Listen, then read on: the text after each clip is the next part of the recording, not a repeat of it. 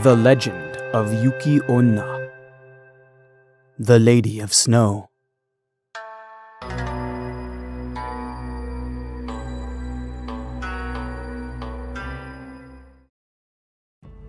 Once an old man and a young man left their village in company in order to make a journey into a distant province.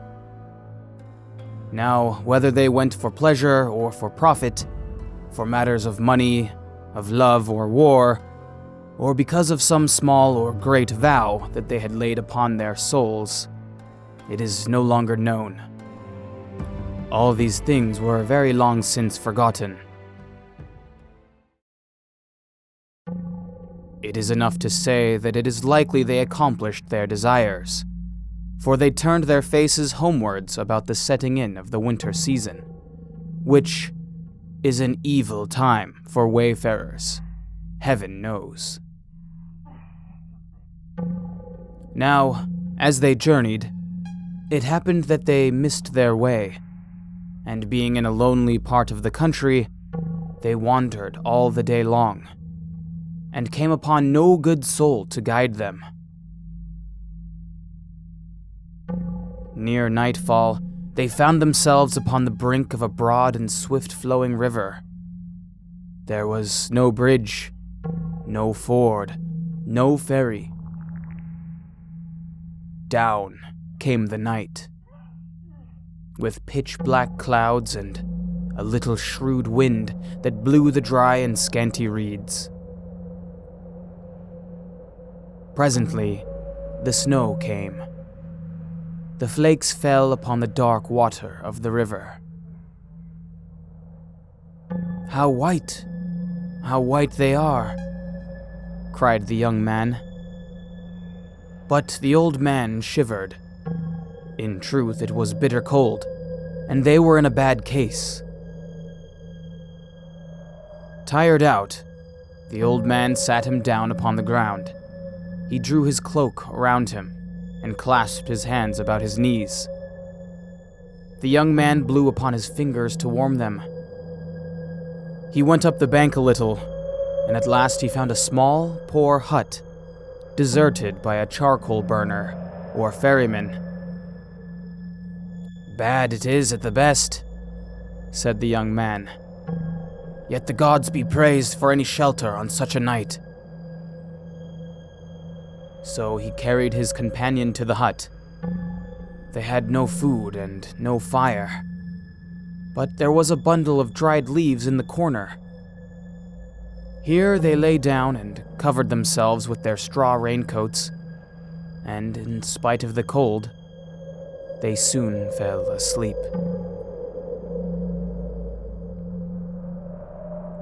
About midnight, the young man was awakened by an icy air upon his cheek.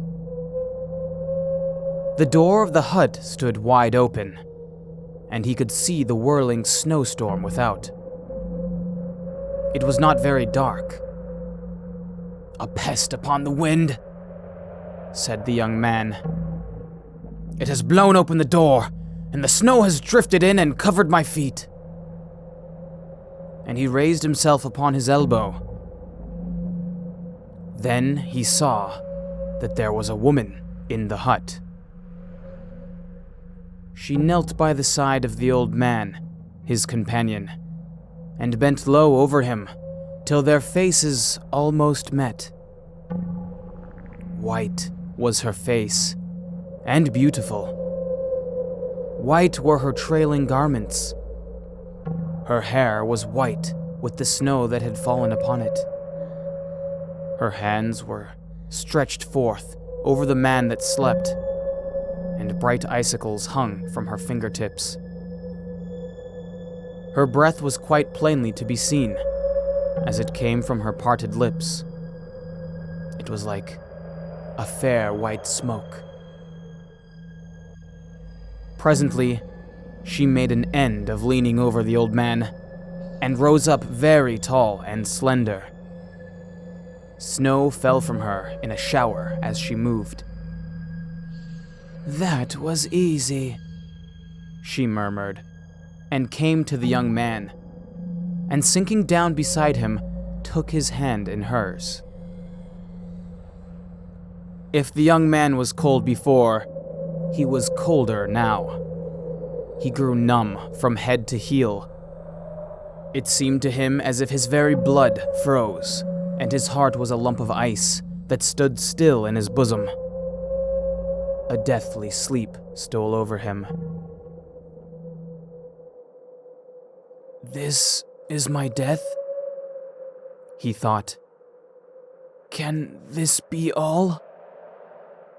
Thank the gods there is no pain." But the cold lady spoke.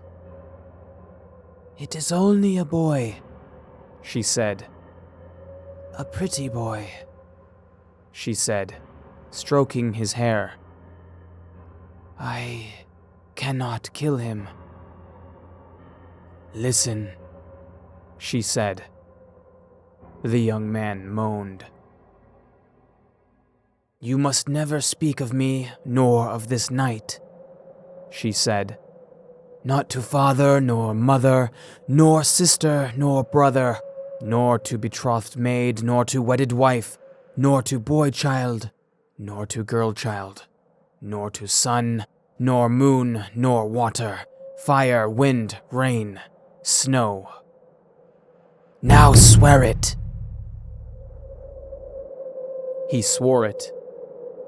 "Fire, wind, rain, snow," he murmured, and fell into a deep swoon. When he came to himself, it was high noon. The warm sun shone.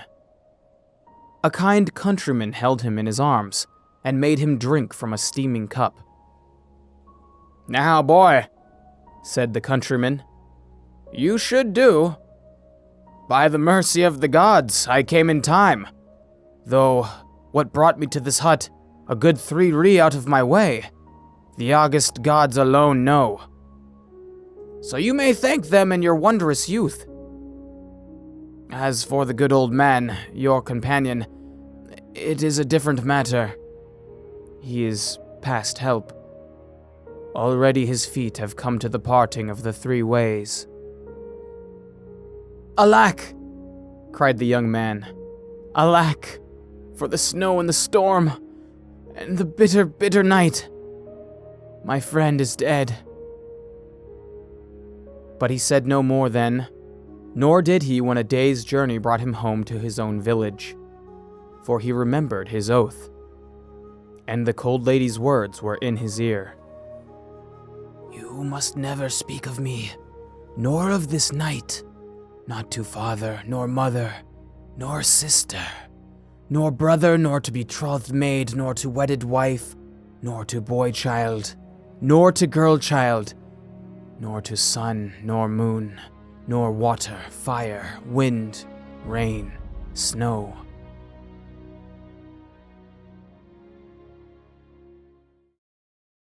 Some years after this, in the leafy summertime, it chanced that the young man took his walks abroad alone, and as he was returning homewards, about sundown, he was aware of a girl walking in the path a little way before him. It seemed as though she had come some distance, for her robe was kilted up.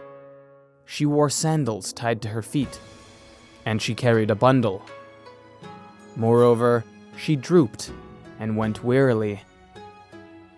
It was not strange that the young man should presently come up with her, nor that he should pass the time of day. He saw at once that the girl was very young, fair and slender. "Young maiden," he said, "whither are you bound?" She answered, "Sir, I am bound for Yedo, where I intend to take service. I have a sister there who will find me a place." "What is your name?" he asked. "My name is Oyuki." "Oyuki," said the young man. "You look very pale." "Alas, sir," she murmured, "I faint with the heat of this summer day." And as she stood in the path, Her slender body swayed, and she slid to his feet in a swoon. The young man lifted her gently and carried her in his arms to his mother's house. Her head lay upon his breast, and as he looked upon her face, he shivered slightly. "All the same," he said to himself, "these summer days turn chilly about sundown, or so it seems to me." When Oyuki was recovered of her swoon, she thanked the young man and his mother sweetly for their kindness, and as she had little strength to continue her journey, she passed the night in their house. In truth, she passed many nights there, and the streets of Yedo never knew her. For the young man grew to love her, and made her his wife ere many moons were out. Daily she became more beautiful. Fair she was, and white. Her little hands, for all she used them for work in the house and work in the fields, were as white as jasmine flowers. The hot sun could not burn her neck or her pale and delicate cheek.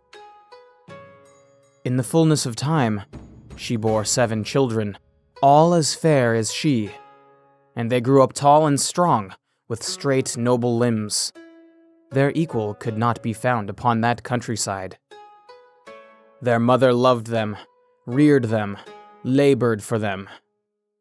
In spite of passing years, in spite of the joys and pains of motherhood, she looked like a slender maiden. There came no line upon her forehead, no dimness to her eyes, and no gray hairs.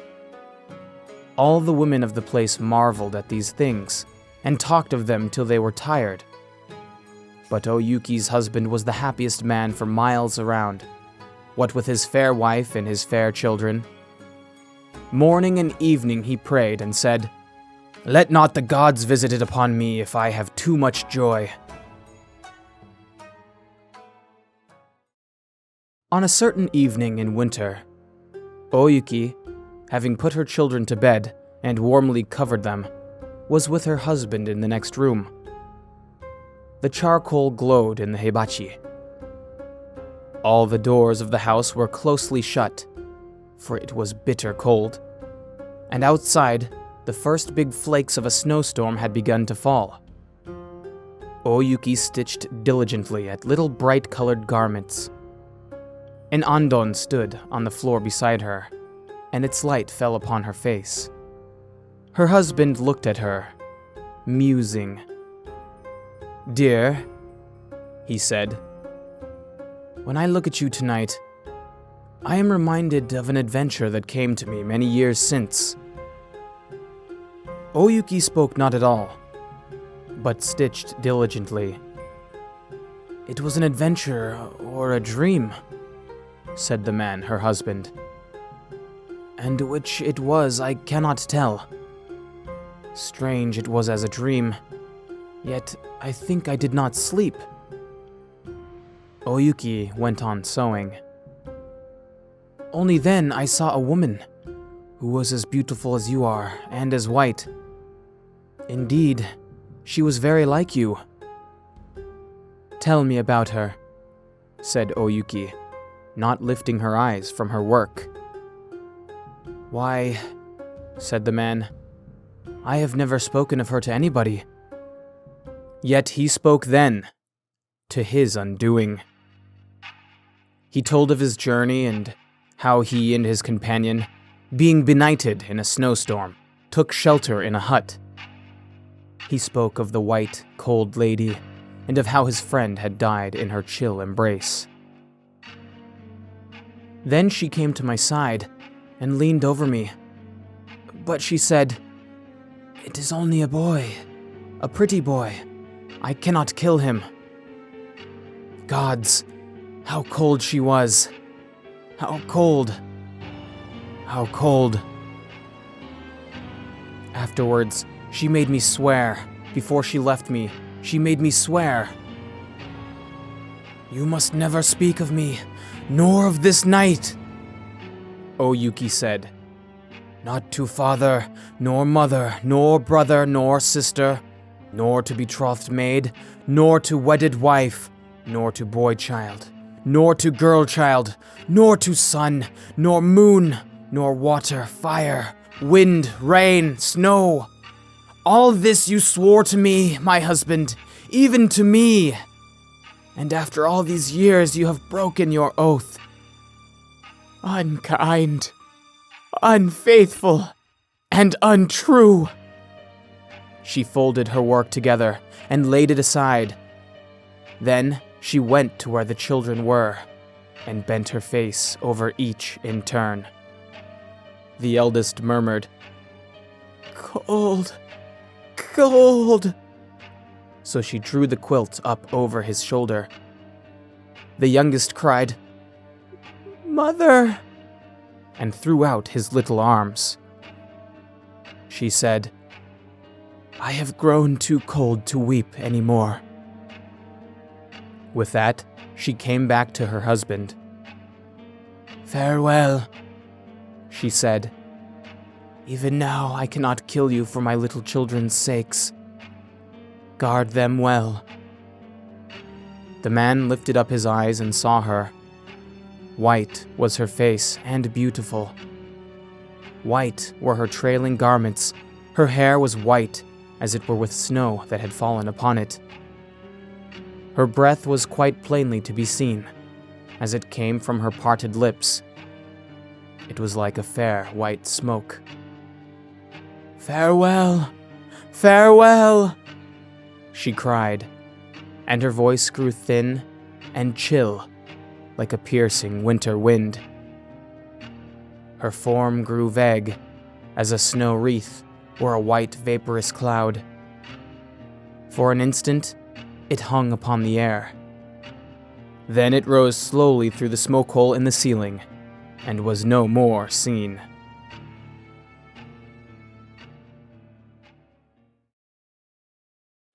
Hey, thanks for listening to this story. I hope you enjoyed it. I had a lot of fun making this video. If you did like it, go ahead and tell others by clicking the like button. Also, subscribe to my channel for more enthralling content. What's your favorite cultural ghost story? If you have any fun ones, send them my way. Maybe I'll be able to read them for you all here. Until we meet again, so long for now.